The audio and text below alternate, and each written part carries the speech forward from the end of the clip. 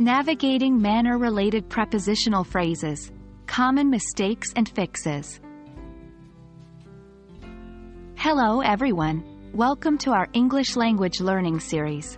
Today, we'll delve into an important topic in grammar fundamentals: manner-related prepositional phrases.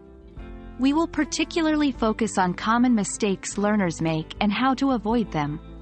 So, let's jump right into it. Before we identify the common mistakes, let's ensure we all understand what manner-related prepositional phrases are.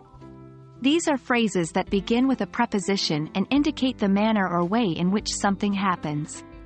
For instance, in a hurry, with pleasure, or on foot. It's essential to know how to use these phrases correctly to express yourself fluently and naturally in English.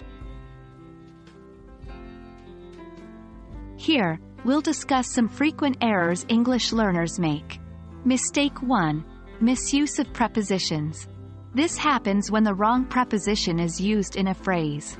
Example: she arrived in foot, instead of, she arrived on foot. Mistake 2. Incorrect phrase structure. Sometimes, learners might mix up the order or structure of the phrase. Example: he left in a hurry, is correct, not, he left a hurry in.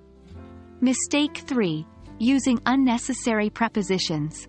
Often, learners might add unnecessary prepositions to a phrase. Example: he reacted with angrily, instead of, he reacted angrily. Now let's explore some tips to avoid these mistakes. Tip 1. Learn complete phrases. Instead of memorizing individual prepositions, learn the entire phrase. This helps you remember the correct preposition to use. Tip 2. Practice with examples.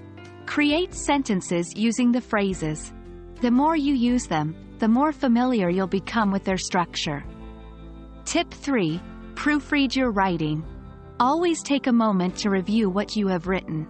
This can help you spot and correct errors before they become habitual.